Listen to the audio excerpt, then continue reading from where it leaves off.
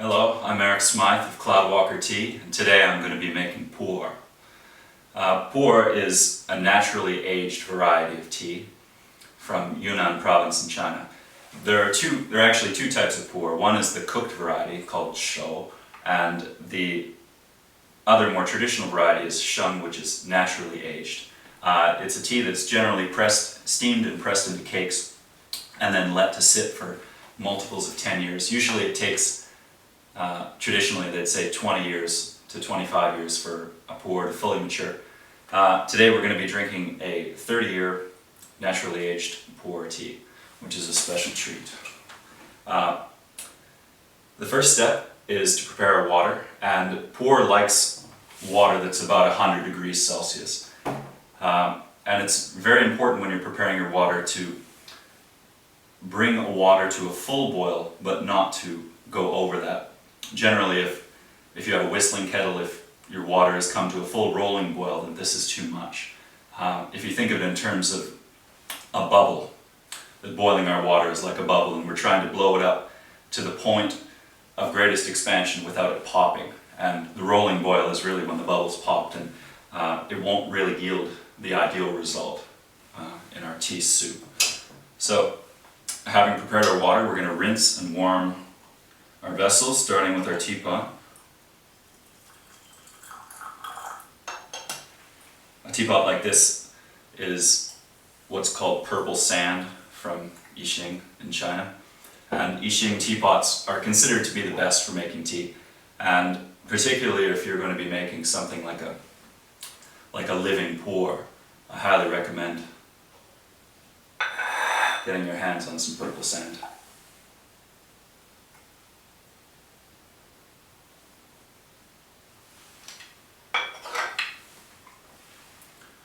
Cups, smelling cup, tasting cup.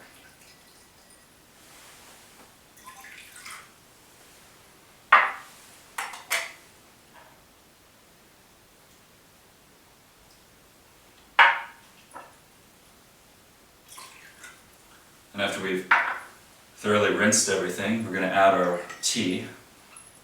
I'm using about a tablespoon of tea today, based on the size of the pot. Generally, I'd use a smaller pot if it was just myself, and then I'd probably be using about a teaspoon. Our next step is to rinse our tea. With vintage tea, I'm always very quick to perform the rinse, as we don't want to waste any.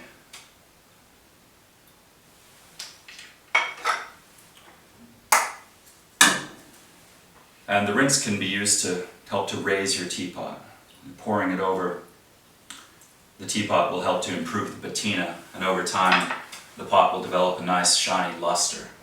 And it also improves the function of the teapot. Now to our first steeping.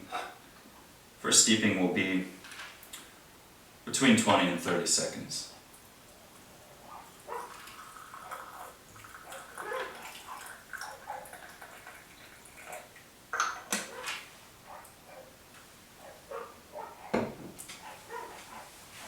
Pu Erh tea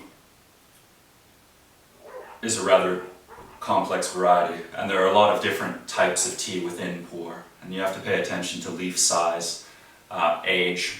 All of these will be brewed slightly differently and have different steeping times.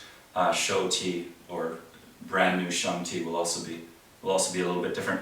And one trick you can use is when you're pouring out your rinse, based on the color of the rinse, you'll be able to gauge how long or how short you're going to want to steep your tea. Some teas will come out instantly very dark and very black, and these will require only very short steeping times, sometimes only as little as 5 or 10 seconds. Other teas, if they come up very pale, you may want to let them steep for longer, perhaps up to a minute.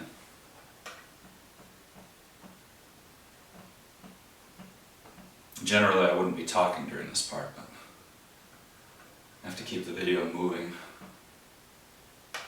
What we're looking for is a clear, bright, rich, mahogany-colored tea soup with a little bit of red to accent it.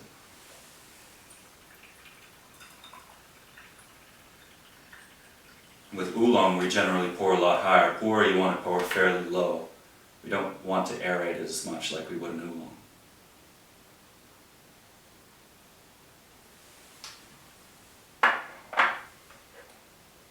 It's with the living Pu Erh teas, the sheng teas, that we get a lot of the talk about the cha qi, the energy of the tea.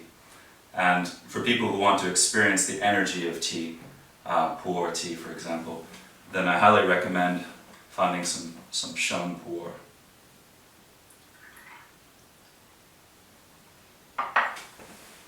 It's really out of this world. Thank you for joining me.